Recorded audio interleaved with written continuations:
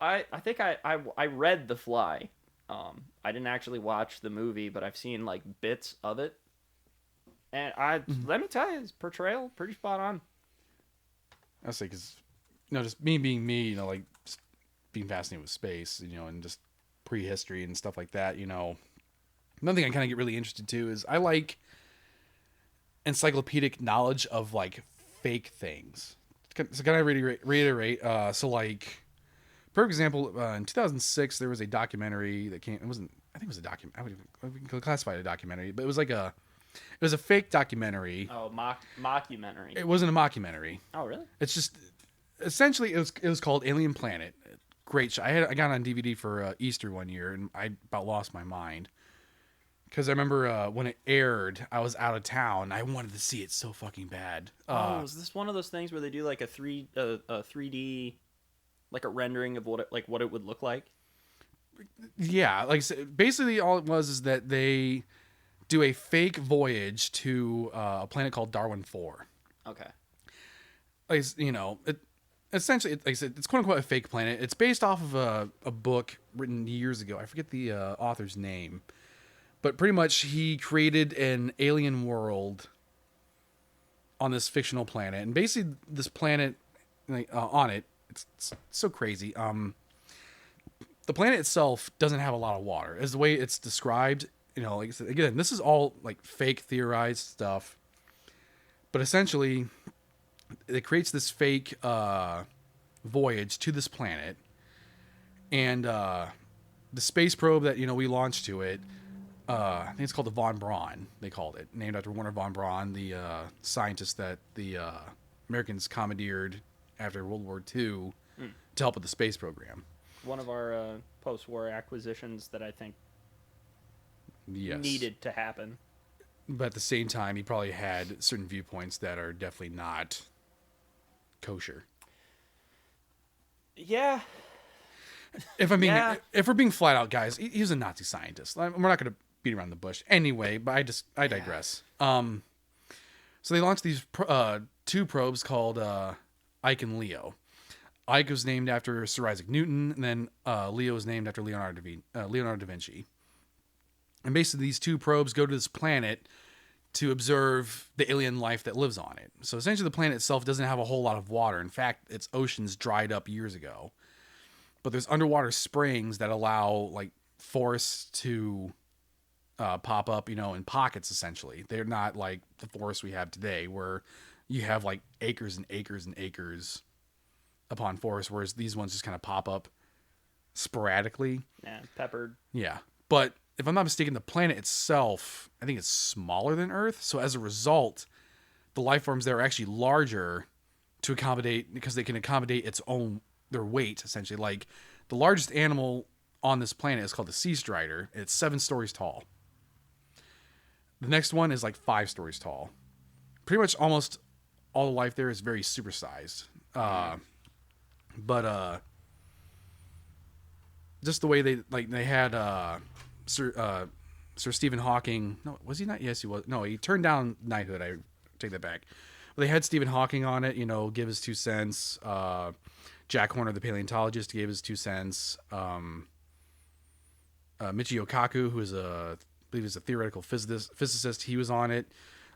Pretty much, they're all talking about this planet, and it was just so fascinating to kind of like see the life on this planet. Pretty much, almost all the life on this planet uses sonar to see.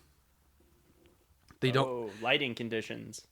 It has like pretty much standard light like Earth would have. It has night and day, but pretty much almost all the life on it is bioluminescent.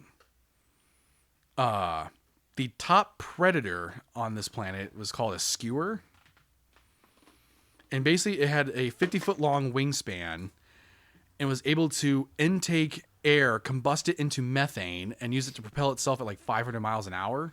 God damn. Like the way the guy described it in the book and how they adapted it to this TV show was super beyond fascinating because they talk about like the biology of the animals. Like one of the animals was on it was called a gyro sprinter, and basically to allow itself to be faster, its front limbs and its back limbs fused together. So essentially, it was a bipedal animal that ran as if it was on all fours. Gotcha. Like I said, if you ever get a chance, it's probably on YouTube. Alien Planet? Alien Planet. I'm checking into that. Is widely, like I said, I'm pretty sure you can probably find it on YouTube. If not, you can probably order it on Amazon. I'm gonna grab my emotional support guitar pick bag. Okay. Viking. I like it.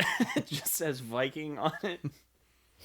I was at a wedding and they passed these bags out. And they all had like necklaces. That's cool. I don't know where mine went, but I kept the bag. So it holds my guitar picks. That's it, but just it's kind of like how just see. But again, like I get really fascinated with like fake science. So like I diverted, but essentially, last night I was looking up the fake planets and where they're possibly located in our galaxy. Mm-hmm. So like case in point, Arrakis, which is in the Dune universe, which was written by Frank Herbert and of course adapted to film. I haven't seen the most recent films yet, but everybody does the sand dance.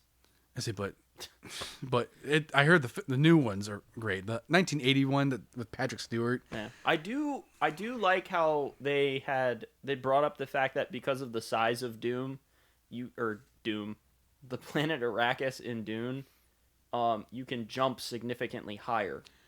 And the reason being because I was also watching like size comparisons of fake planets. Mm-hmm. It's only the size of the moon. Yes. It's not huge at all. Yeah. I thought that was a little like sciencey shoehorn that they threw in, that little bit of realism. That because of the size of the planet, you can actually do these like Herculean jumps. Yeah. Which you see in the films, which I thought was really cool. And like I said, pretty much so from what they've calculated it, if there was Arrakis, it'd be 310 light years away. Mm. As a matter of fact, a lot of the planets that we make reference to in science fiction, like Proxima Centauri, one of the nearest stars, Tau Ceti holds the record for having the most references in science fiction, the star system. To give you an idea, again, how vast the universe is, not even just the universe, but our galaxy. Yeah. Pretty much almost every planet, moon, star reference in like Star Trek, like book adaptations take place within a 350 light year bubble. Keep in mind, the sun sits right about in the in-between point of the alpha and beta quadrants of the galaxy. We're like we're 28,000 light years away from the center, which again, they've now theorized that every galaxy at the center of them is a black hole. Interesting. Yeah. I actually didn't know that. So essentially the accumulation circle is the spiral disk of the Milky Way. And so that's kind of cool. So essentially the Milky Way galaxy is 1,000 light years thick and it's 100,000 light years across. So again, if I gave you the ability to go from the sun to the opposite side of the Milky Way galaxy at the speed of light, take 100,000 years. But when you came back to Earth, millions of years would have passed. Mm-hmm. It's funny, actually, just talking about like all of the space stuff, because I have a very particular noise that kind of happens, coincides along with it. And it's actually, there's a band that actually encompasses this when they have a song called Crushed. Mm-hmm. And the whole point of it is, like we dedicate things to self-destruction, basically. Yeah. We're very self-destructive as a species. Yes. And so the basis of the song is crushed by the fist of God. And in the beginning, they have these two gods playing this game. I just want to interject real fast. Like in the movie Terminator 2, the Terminator even flat out says, it's in your nature to destroy yourselves. Yes. But there's, in the beginning of that music video, and I hear this every time I even watching documentaries about anything extraterrestrial, there's a sound that plays in the beginning of it, and it's, I forget what it's called. So it's like a form of throat singing. Yeah. But in my head, we were talking about what space sounds like. Yeah. Earlier. And I, because of this music video, I have this very like